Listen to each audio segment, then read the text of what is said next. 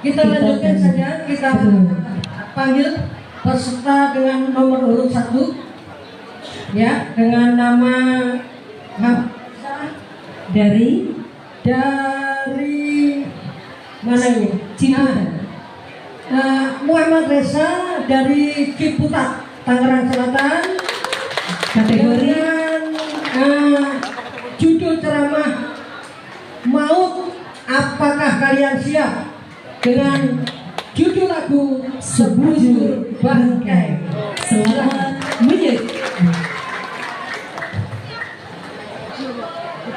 Yang terhormat dan sama-sama kita hormati pimpinan Pondok Pesantren Ummul Qura, Kiai Haji Raden Syarif, kemudian Dewan Juri, tokoh dan aparat setempat, serta teman-teman yang saya cintai.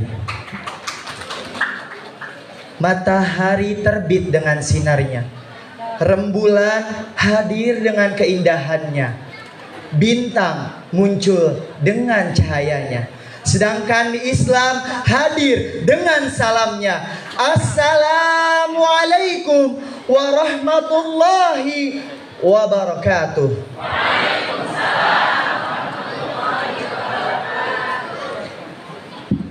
Alhamdulillahilladzi hadana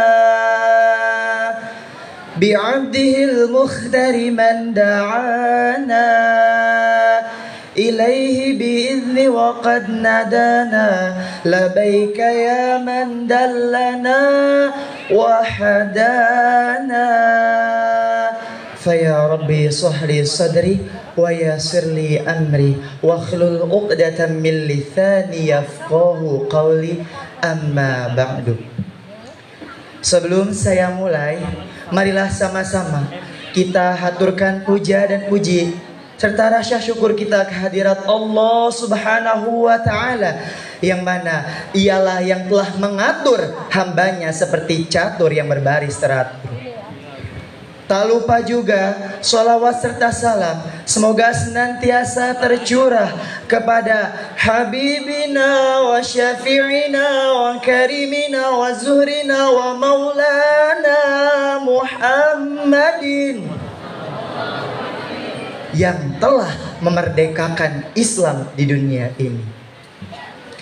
Hadirin yang saya cintai dan hadirah yang mencintai saya, Allah Subhanahu wa Ta'ala berfirman dalam kitabnya yang mulia, A'udzu billahi minasy syaithanir rajim. Bismillahirrahmanirrahim. Aynama takunu yudrikkumul mautu walau kuntum fi burujim musyayyada. Sadaqallahul azim. Al-ayat.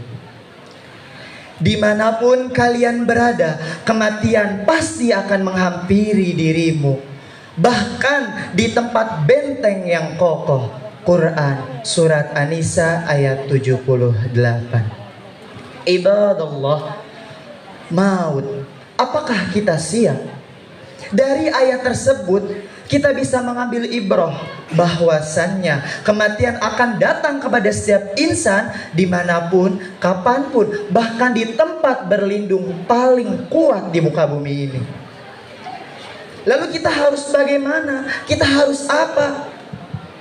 Tentunya kita harus menyiapkan amal ibadah yang cukup, sehingga ketika kematian itu datang, kita sudah siap, kita sudah ready. Lalu dengan apa? Persiapan apa yang harus kita siapkan? Amal ibadah seperti apa? Jawabannya adalah jalankan sholat, perbanyak sholawat. Oh Ustadz, kenapa harus sholat sama sholawat? Sholat, pertama, sholat Salat itu sendiri adalah tiangnya agama. Kata siapa Ustaz? Kata Rasulullah sallallahu alaihi wasallam. Qala Rasulullah sallallahu alaihi wasallam, "As-salatu imaduddin. Man aqamaha faqad aqamaddin wa man tarakaha faqad hadamaddin." Salat adalah tiang agama. Barang siapa orang yang mengerjakannya, maka ia mengukuhkan agamanya. Dan barang siapa orang yang meninggalkannya, maka ia telah menghancurkan agamanya. Dan juga salat adalah salah satu amal ibadah yang paling pertama ditanya ketika yaumul hisab. Pepatah Sunda mengatakan, salat tihang agama nupang payuna ditanya ku Gusti Allah Ta'ala nu patut dilakonana.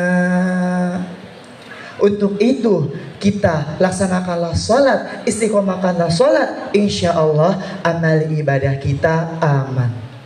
Yang kedua, sholawat. Oh Ustadz, kenapa harus sholawat? Hey, stop! Kau mencuri hatiku, hatiku. Enggak, bukan hati. Stop bertanya seperti itu. Kenapa? Karena apakah kalian sadar ketika Allah Subhanahu wa ta'ala memerintahkan hambanya untuk salat, apakah Allah salat? Tidak. Ketika Allah Subhanahu wa ta'ala memerintahkan hambanya untuk berzakat, apakah Allah ikut berzakat? Tentu tidak.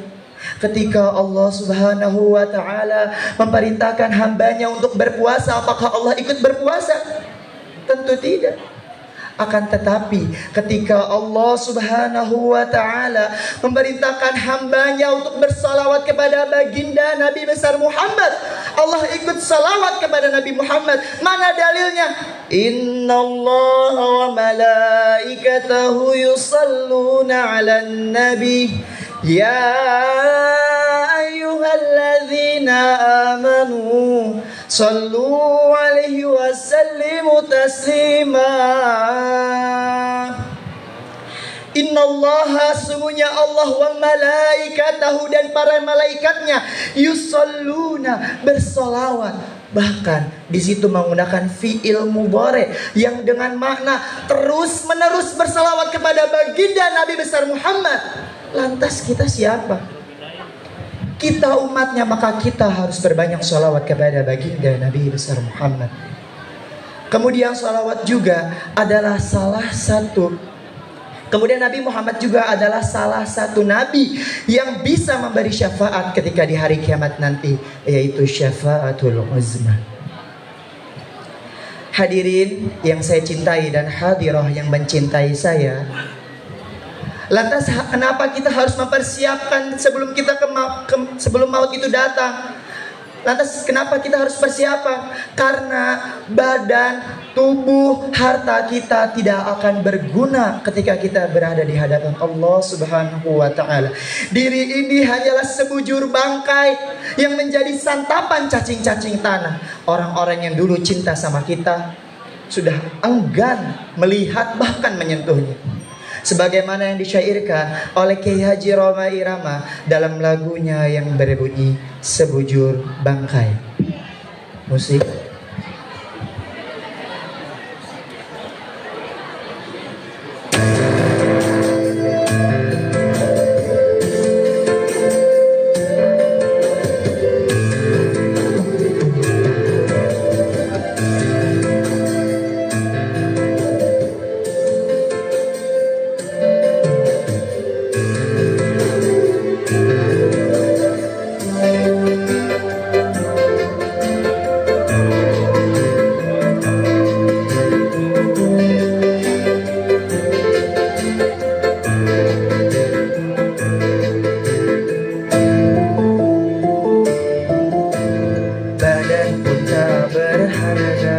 Sesaat ditinggal nyawa, anak istri tercinta tak sudi lagi bersama.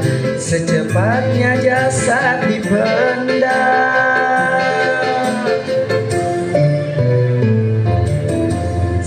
Secepatnya jasad dipendam karena tak lagi dibutuhkan. Diri yang semula dipuja kini bangkai tak berguna. Dari kamar yang indah kasur empuk hitam putih kini harus berpindah terkubur dalam perut bumi.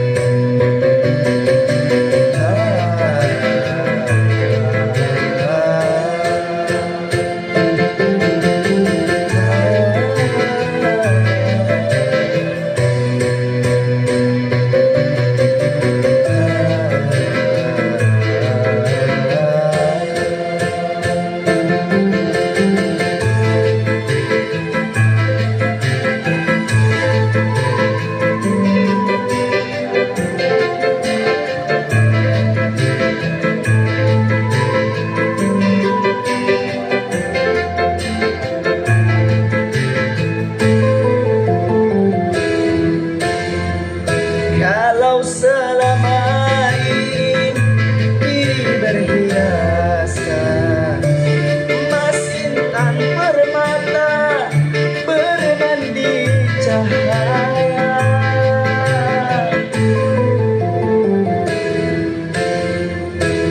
tetapi kali ini di dalam kuburan gelap pekat mencekam tanpa seorang teman. Terputuslah pergaulan, terwujudlah sendirian, diri terbungkus kain kafan. Badan dan tubuh indah yang dulu mudah-mudahan tiada lagi orang sebenarnya. Secepatnya jasad dipendam,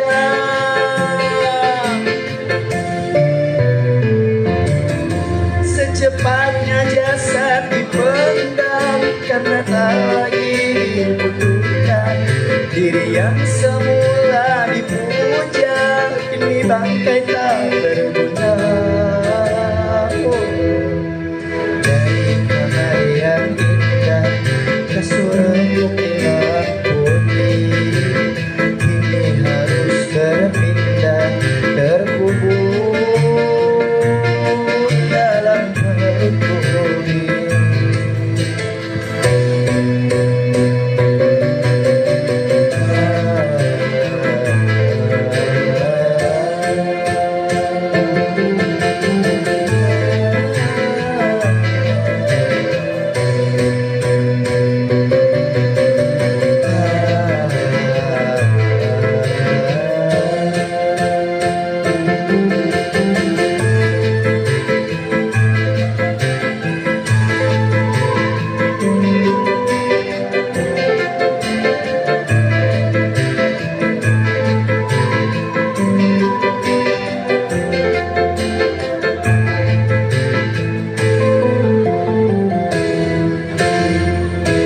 Kalau selama ini diri berhiaskan emas intan permata bermandi cahaya,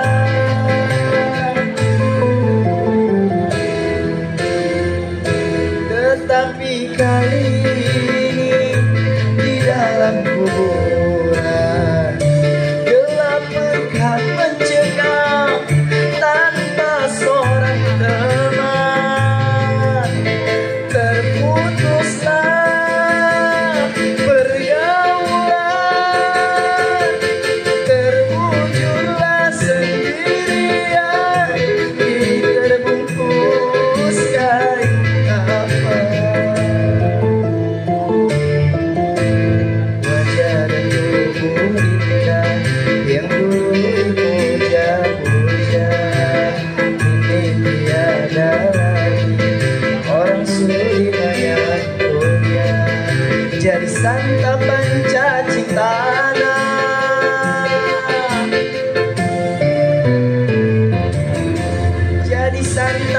cacing tanah hingga yang tersisa kerangka. Begitulah suratan badan ke bumi dikembalikan. Jangan manusia terlena sehingga lupa bahwa maut akan datang menjelang.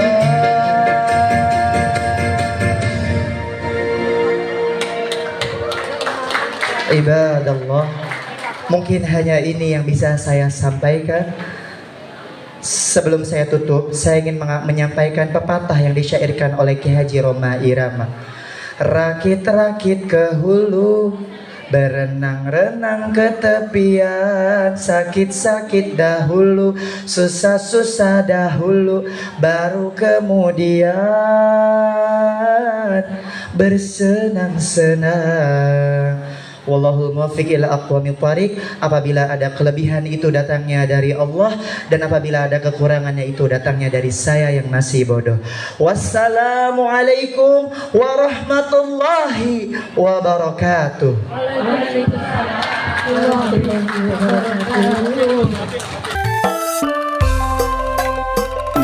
Tentu perasaannya senang sekali bisa ikut serta dalam perlombaan S3 ini, syair syiar soneta ini. Kalau untuk sonetanya sendiri, lagunya itu emang lagu kesukaan saya, Sebujur Bangkai.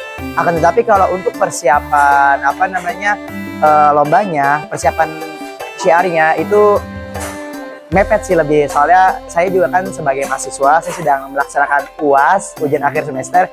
Jadi saya sisip-sisipkan untuk latihan syairnya. Tantangannya mungkin itu ya, sebuah hal baru bagi generasi sekarang ya. Kalau dulu kan emang ada syair sama soneta itu digabung. Cuman kan baru muncul-muncul sekarang lagi. Nah itu menurut saya susah menggabungkan antara syair dan soneta. Sangat penting maknanya. Jadi kita menyampaikan syiar tapi melalui syair. Jadi sebagaimana yang dikatakan oleh Kiai Haji Abuya Syarif Rahmat, beliau berkata bahwasannya ini tontonan tapi sebagai tontonan juga. Oh, seru banget, rame yang dateng. Pokoknya itu juga salah satu tantangan juga, bikin deg-degan buat saya sendiri. Harapan saya ke depannya mungkin ya, harapan saya itu saya ingin lebih banyak lagi generasi-generasi muda yang ikut ke syair dan soneta. Karena anak muda ini loh yang biasanya itu susah untuk diajak kebaikan syair, apalagi melalui soneta. Musik dangdut yang mana musik-musik klasik, yang musik-musik lama, yang mana anak muda itu sebenarnya musik-musik gaul kayak pop, rock gitu.